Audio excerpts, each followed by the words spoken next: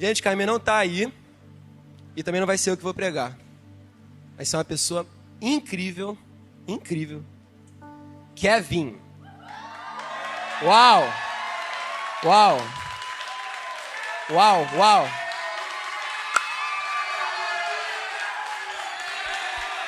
Glória a Deus, glória a Deus. Ele veio combinando com a Bíblia, olha, a Bíblia dele. Amém. All Black, ele veio de All Black. Vim combinando, vim combinando. Gente. Sério, hoje, meu nome não é Kevin. Vamos orar por ele, gente. Vamos. Que em nome de Jesus ele vai ser usado aqui para o Senhor falar através dele. Pai, obrigado, Senhor, pela vida do Kevin. Obrigado pelo que ele tem representado. Abençoa essa pessoa que espirrou agora, Pai. Obrigado também. Enfim, que o Senhor possa estar usando ele, Senhor, com toda a sua graça, com todo o seu poder. Usa ele, Senhor, até que cada palavra que ele usar agora, que ele falar, Senhor, seja vindo do Senhor, Pai. Obrigado pelo que ele tem ministrado nos nossos corações ao longo de tantos dias, ao longo da nossa convivência com ele. A gente sabe que ele é um servo teu e que nesse momento ele esteja sendo usado, ele possa estar totalmente sensível à tua voz, e, enfim, que a gente esteja também com o coração aberto para ouvir o que o Senhor tem para falar. É isso que a gente pede, já te agradece, Senhor, em nome de Jesus. Amém. Amém, amém. Glória a Deus. Deus abençoe. Boa noite, Ami. Tudo bem com vocês? Gente, então, eu sou o Kevin e eu estou muito feliz por poder trazer a palavra de Deus para vocês hoje. Estou muito feliz porque é o dia da Bíblia e eu vivo por causa disso aqui. A minha família é uma família que é dedicada a espalhar esse livro para todo o Brasil. E graças a Deus, meus pais também estão ali. E por causa disso, por causa da causa da Bíblia, de espalhar a mensagem de Deus para todo o Brasil, eu sempre acabo me mudando de cidade. E há mais ou menos um ano atrás, eu cheguei aqui no Rio de Janeiro pela primeira vez. E eu vivi os 6 piores 6 meses da minha vida. Foram os piores meses da minha vida. Eu lembro que a gente não tinha uma igreja, então isso fazia muita falta no meu coração. Eu sentia muita necessidade de ter uma família espiritual, de conviver em comunidade, e eu não achava. Então, há mais ou menos 6 meses atrás, eu vim aqui no AME pela primeira vez, e eu fui muito bem abraçado, e eu comecei a amar cada um de vocês. Eu amo fazer parte dessa igreja, eu amo a CB Rio, e eu agradeço a vida de cada um de vocês. E Deus não cansa de ser bondoso, Deus não cansa de ser amoroso comigo. E Ele me deu a oportunidade ainda de trabalhar aqui na CB Rio. Então hoje estou trabalhando na CB Rio, sou assistente do Juninho. Também sou um teólogo e um pastor em formação. E o meu principal objetivo da minha vida é viver a vida inteira aos pés de Deus. É viver a vida inteira servindo o reino dEle, porque é tudo sobre Ele. Então já que é sobre Ele, vamos abrir a Bíblia. Abra no livro de Mateus, no Evangelho de Mateus, no capítulo 27.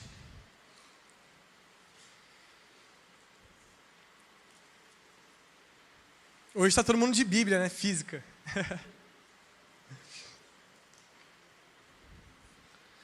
Muito bom. Vamos lá. A história de Jesus, sobre a perspectiva do apóstolo Mateus, tem um principal objetivo. O objetivo é mostrar como Jesus Cristo de Nazaré, que nasceu da Virgem Maria, é o Messias esperado do povo de Israel. Então, Jesus é o próprio Deus que veio a essa terra do povo judeu, ou seja, da linhagem de Abraão, da linhagem de Davi, e é o Salvador do mundo. E Ele traz paz a todo mundo e estabelece o seu reino. É isso que o Evangelho de Mateus quer mostrar principalmente de tudo. Então é um testemunho muito convincente e verdadeiro sobre como Jesus é o Messias, é o Salvador do mundo. Jesus Cristo é o próprio Deus. Jesus Cristo é a imagem do Deus invisível. Ele vive tudo o que Ele foi feito para viver. E Ele é o próprio Deus. Ele é uma pessoa da Trindade. E sendo uma pessoa da Trindade, Ele é completamente amoroso, completamente bondoso, completamente santo, completamente gracioso. Mas o que acontece quando Ele vem para essa terra? Ele é amado, Ele é exaltado. Muito pelo contrário, Ele é crucificado. É isso que fazem com Deus. O mundo rejeita Deus, e isso não é mistério para ninguém. E rejeitam Jesus. E o povo judeu mata Jesus, usando o Império de Roma para fazer isso. Só que Ele não morre de qualquer jeito. Cristo Jesus foi crucificado. A crucificação, ela era muito praticada pelos romanos. existia um lugar chamado Gólgota, né? Que é onde está a cruz, né? O Calvário, que tinham provavelmente várias caveiras naquele lugar, porque matava muita gente, sabe? E era a pior forma de matar alguém. Primeiro, vamos lá. Por que a crucificação é a pior forma de matar alguém? Primeiro porque a pessoa passa uma vergonha pública extrema. Ela morria nua, ela morria toda ferida, toda aberta. E segundo, porque era uma dor extrema. Vamos lá, quando a pessoa é crucificada e ela fica com os braços suspensos em uma cruz, ela não consegue respirar, por causa que o diafragma não consegue respirar. Então o que ela tem que fazer? Ela tem que levantar a perna. Só que se ela estiver crucificada e levantar a perna, ela vai sentir muita dor no braço. Ela vai sentir muita dor no pulso e ela vai ficar não vai conseguir aguentar aquilo por muito tempo. Então, sentindo dor no braço, nas costas, nas pernas, nas coxas, daqui a pouco ele tinha que se soltar novamente. E aí ele não conseguia respirar. E ficava nisso. Provavelmente a pessoa levantava a perna até quando ela conseguisse. Depois ela soltava a perna e não conseguia respirar. Que jeito cruel de morrer. Quão cruel foram com o nosso mestre. Mas e se eu te contar que a pior coisa que Jesus passou naquele dia não foi somente a morte de cruz? Sabe por quê?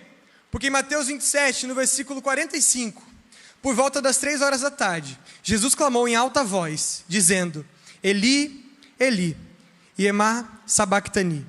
Isso quer dizer: Deus meu, por que me desamparaste? Vamos orar? Senhor Deus, Jesus Cristo, muito obrigado por ter se entregue em nosso lugar. Muito obrigado pelo seu sacrifício, que é puro, que é santo e que é suficiente para nos salvar. Abra os nossos corações, que seu Espírito Santo fale a cada um hoje de maneira personalizada. Assim que eu oro em nome de Jesus. Amém. Vamos voltar um pouco no texto, porque um texto fora de contexto é pretexto para você falar qualquer coisa que você quiser. Então vamos ler o texto inteiro? Vamos no versículo 35 em diante. Depois de o crucificarem, repartiram entre si as roupas dele, tirando a sorte, e assentados ali o guardavam. Por cima da cabeça de Jesus, puseram por escrito a acusação contra ele: Este é Jesus, o rei dos judeus. E 2 ladrões foram crucificados com ele, um à sua direita e um outro à sua esquerda. Os que iam passando blasfemavam contra ele, balançando a cabeça e dizendo: Ei, você que destrói o santuário, em 3 dias o reedifica, salve-se a si mesmo se você é o Filho de Deus e desça da cruz. De igual modo, os principais sacerdotes com os escribas e anciãos zombando diziam: Salvou os outros, a si mesmo não pode salvar. É rei de Israel, que ele desça da cruz, então creremos nele. Confiou em Deus, pois que Deus venha livrar agora, se de fato lhe quer bem, porque ele disse: Sou o Filho de Deus.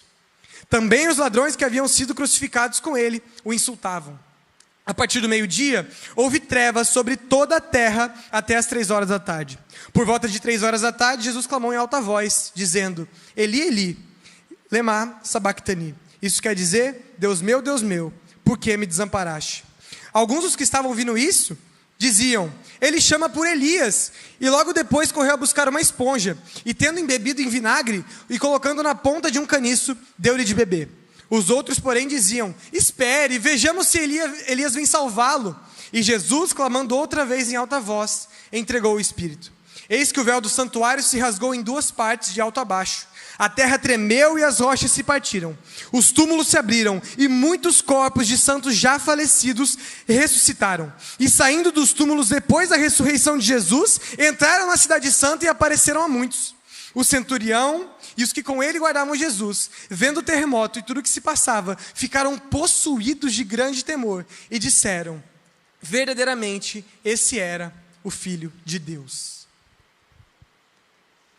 Se tem uma coisa que eu amo nessa história, é como Jesus age de maneira misteriosa. Ninguém espera que Jesus vai agir do jeito que ele age. Ele age de maneira imprevisível e muitas vezes de maneira irônica. Nesse texto inteiro, quer ver? Jesus tem a oportunidade de se defender diante de Pilatos, que sabia que ele não tinha feito nada, mas ele fica quieto. Todo mundo esperava o contrário. Pilatos pergunta para ele: você é o rei dos judeus? O que Jesus responde? Sim ou não? Não. Ele responde assim, ó: você que está dizendo isso. São 2 ladrões crucificados ao lado dele, um de cada lado. E o que ele faz? Ele perdoa o ladrão que respeita ele. Numa cruz. Quando falam: desça dessa cruz, tendo todo o poder para fazer isso, ele fica lá.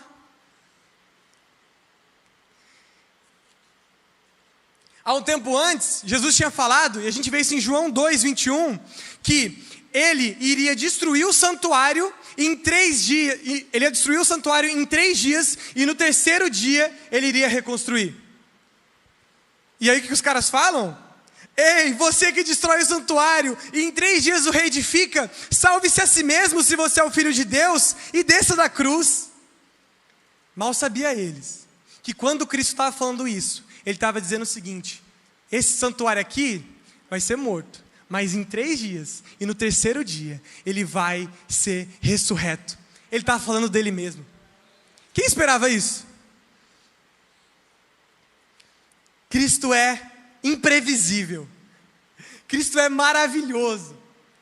E por último, e não menos misterioso, ele fala: Eli, Eli, lema sabachthani. E a galera que está lá embaixo entende o Eli e acha que ele está falando de quem? De Elias, do profeta Elias.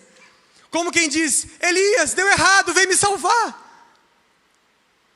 Elias, me pegaram na mentira, descobriram que eu não sou filho de Deus, vem me salvar.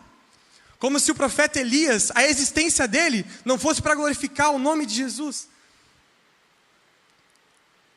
É muito engraçado.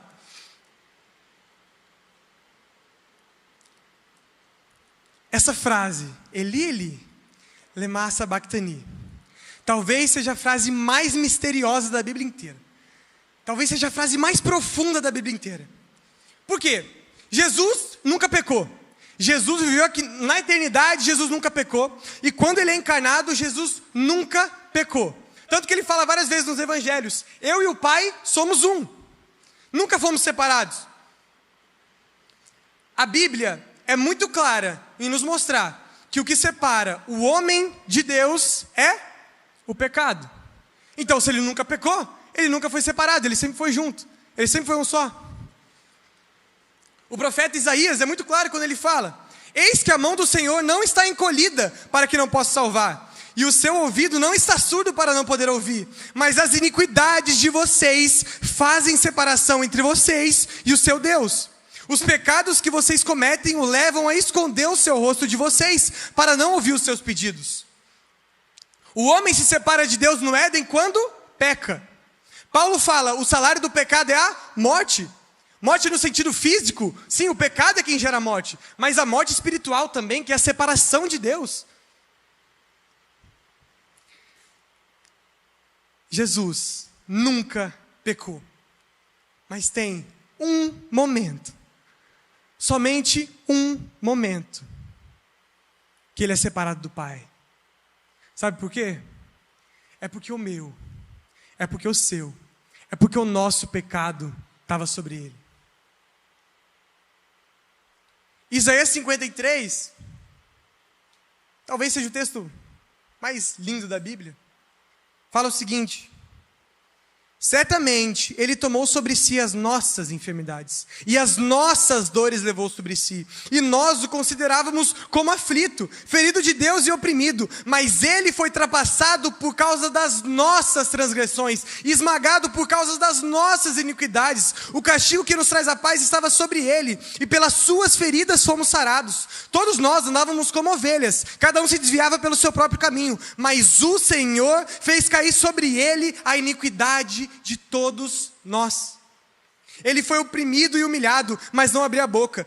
Como cordeiro foi levado a matadouro, e como ovelha muda diante dos seus tosqueadores, ele não abriu a boca. A gente acabou de ler isso.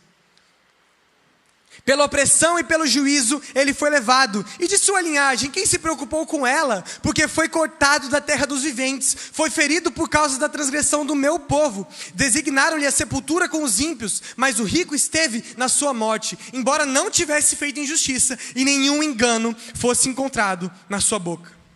O profeta Isaías é muito enfático quando ele diz, divinamente inspirado, que são os nossos pecados que estavam sobre Cristo. Era o nosso pecado nele. Cristo naquele momento era uma junção de todos os nossos pecados já cometidos e de toda a raça humana. E como é que pode um Deus completamente santo olhar para alguém que é um bolo de pecado e se agradar?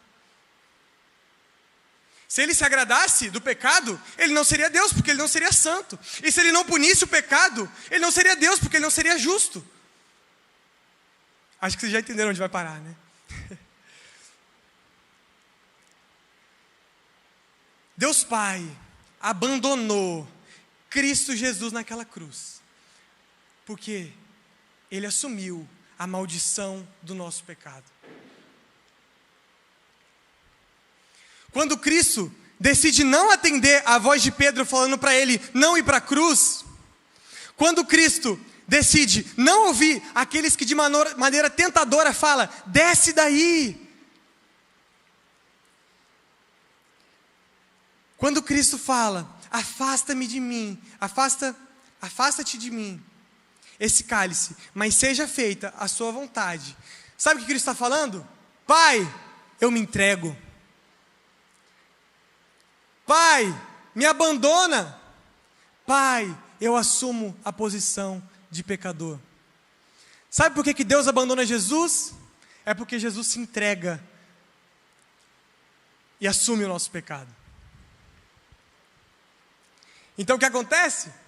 A terra fica escura por 3 horas. E o que aconteceu nessas 3 horas? Cara, acho que a gente nunca vai entender. A ira de Deus destrói o mundo inteiro no dilúvio, e agora ela cai sobre um homem.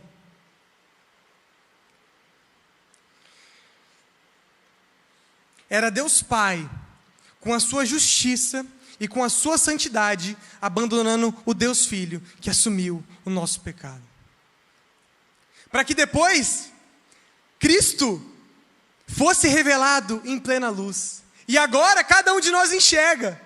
E agora cada um de nós vê que Cristo morreu para nos salvar. Que o castigo que nos traz a paz hoje estava sobre ele. Cristo foi punido. A Bíblia fala em Isaías 53 que agradou a Deus moer o seu filho. Glória a Deus. Glória ao príncipe da paz.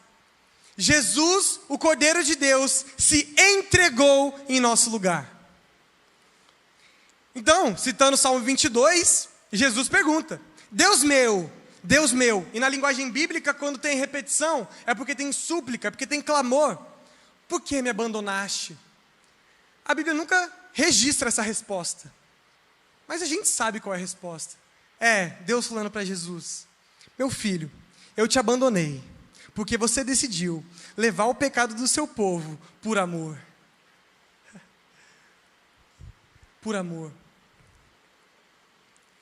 Cristo se entregou em nosso lugar, porque Ele nos ama. E o que isso muda na nossa vida? Tudo. Isso muda tudo na nossa vida. Em primeiro lugar, porque agora a gente é salvo por causa que Ele foi punido. Então, em primeiro lugar, se o pecado separa Jesus de Deus, imagina você. Imagina o que o pecado não faz com a sua comunhão com Deus.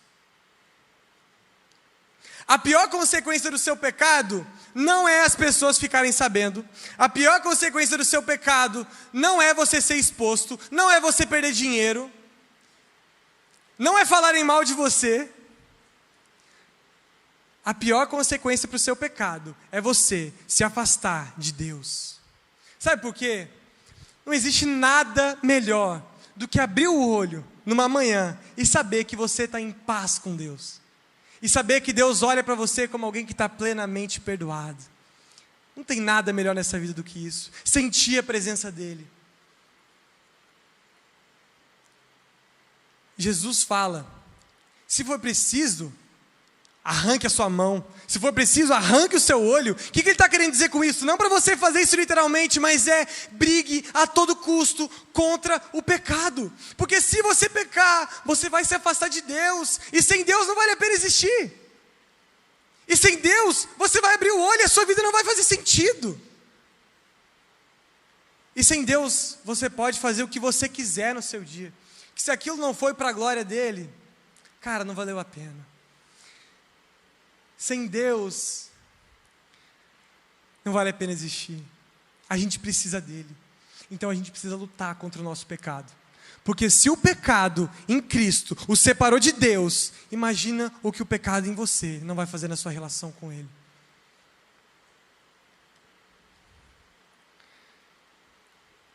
Esse texto, em Isaías 15, para mim é espantoso.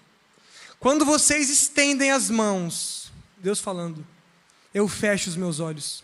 Sim, quando multiplicam as suas orações, não as ouço, porque as mãos de vocês estão cheias de sangue. Lavem e purifiquem-se, tirem da minha presença a maldade dos seus atos, parem de fazer o mal, aprendam a fazer o bem, busquem a justiça, repreendam o opressor, garantam o direito dos órfãos defendam a causa das viúvas.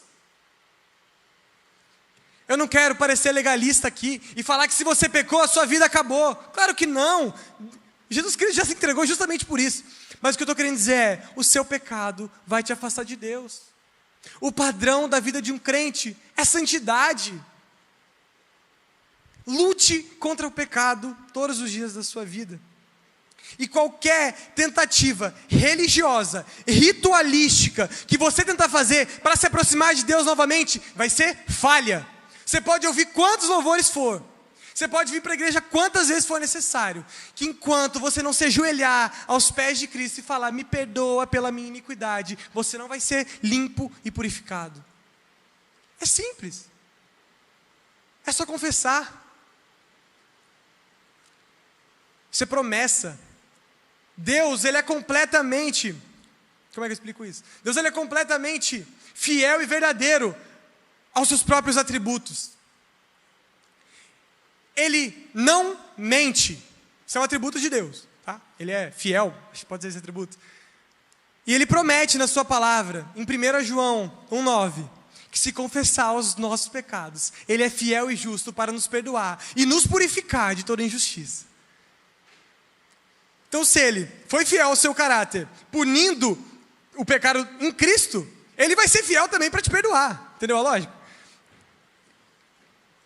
Lave-se e purifique-se no sangue de Cristo, para você chegar até Cristo. Em segundo e último lugar, a resposta final para o abandono de Cristo na cruz é o amor. É o amor. Por que Cristo se entregou? Porque Ele te ama. Porque Ele te ama. Porque Ele me ama. Foi por isso que Ele se entregou. Em 1 João 3,16, ele fala, nisto conhecemos o amor, que Cristo deu a sua vida por nós. O amor é isso. O amor é Cristo se entregando. O amor é Cristo falando, eu vou sofrer, mas vai ser porque na eternidade o meu nome vai ser glorificado para sempre com os meus filhinhos.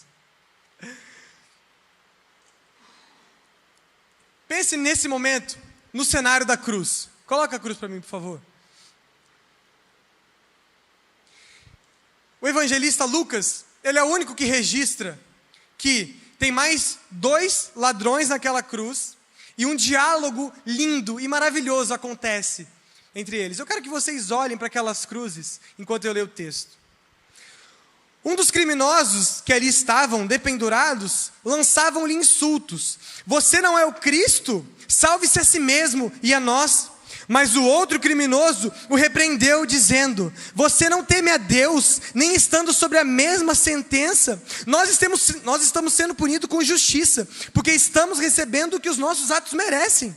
Mas esse homem não cometeu o mal.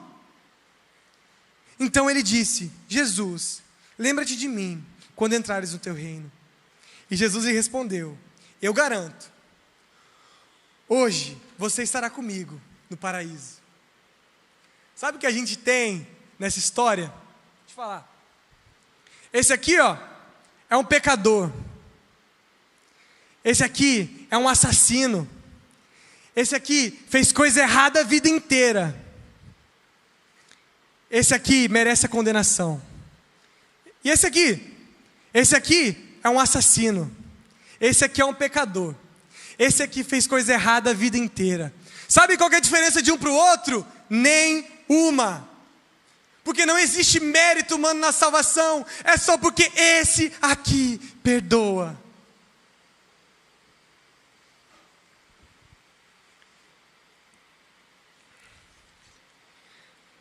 Um deles insulta Cristo. O outro entende que merece ser punido. Entende que o pecado dele, que ele merece morrer pelo pecado dele. E Jesus responde o que para esse aqui? Ele fala bem assim: eu garanto que ainda hoje você estará comigo no paraíso. Tem mérito? Tem histórico de vida? Tem compreensão de que merece ser punido, mas que ele não fez nada e que ele morreu no seu lugar. Feche seus olhos, abaixe sua cabeça. Deixe o Espírito Santo falar ao seu coração.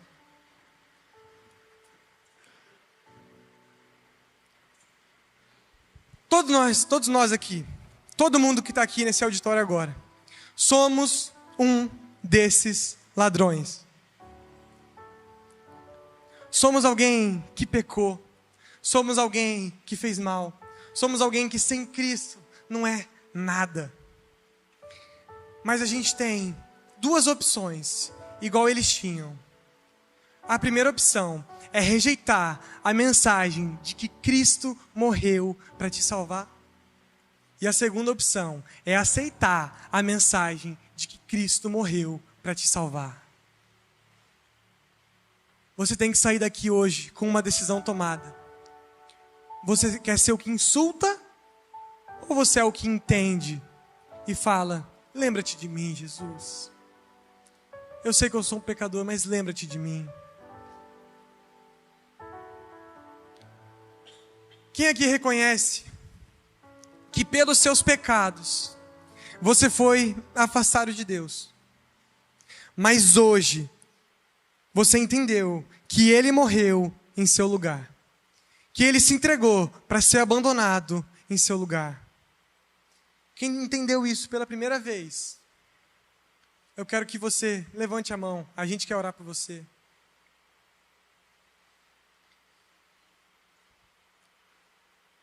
Não existe mérito. Talvez você tenha chegado aqui pensando: cara, mas eu sou muito pecador para isso. É mesmo, bem-vindo ao clube, né? Mas existe uma salvação eterna para você. Só basta você compreender a mensagem, que é: Cristo se entregou em seu lugar. Alguém quer tomar essa decisão hoje pela primeira vez? Levante sua mão. Quero orar.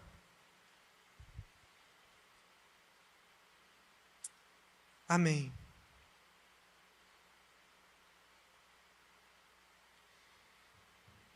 A nossa certeza, pode abrir o olho, é que Cristo um dia declarará, já declarou para a gente, na verdade, que a gente vai estar no paraíso com Ele. Essa certeza, ela é muito grande. Nada pode nos separar disso. Nada pode tirar o Espírito Santo que está dentro de você. Nada pode impedir você da alegria eterna, da salvação e da comunhão com o Pai. A adoração eterna é o nosso destino inevitável. Não tem como fugir de lá. É para lá que a gente vai adorar a Deus e glorificar, porque Ele foi moído em nosso lugar. Vamos glorificar, porque Ele falou: Pai, eu aceito ser abandonado, porque a recompensa é muito maior. Glória seja dada ao nosso Deus.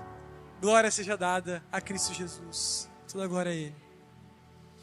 Oremos. Senhor Deus, meu Pai amado, o quão bom o Senhor é, Pai. O quão gracioso o Senhor é. O quão glorioso o Senhor é. O Senhor merece ser glorificado para todo sempre, porque sendo igual a Deus, o Senhor se fez homem e o Senhor morreu em nosso lugar. Meu Pai, a gente não tem a dimensão do que o Senhor sofreu. A gente só sabe que o Senhor fez isso para nos amar. Mesmo não estando nada de bom, mesmo não tendo nada de bom na gente, mesmo a gente estando em estado de inimigo, o Senhor morreu para nos salvar. Glória ao Príncipe da Paz, em nome de Jesus. Amém.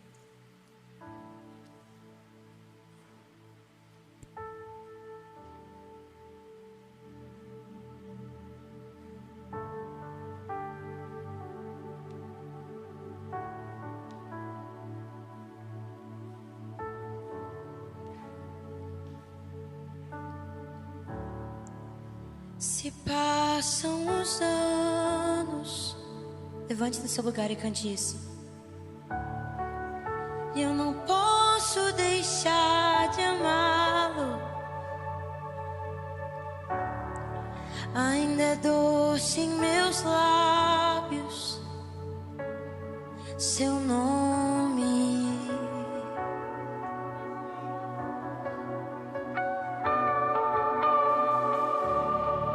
Sua eterna beleza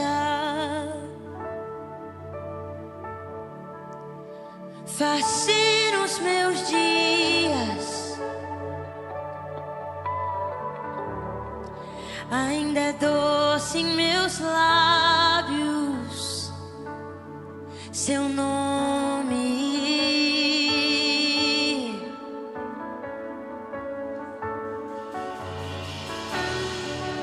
Ó Espírito, abra os meus olhos outra vez.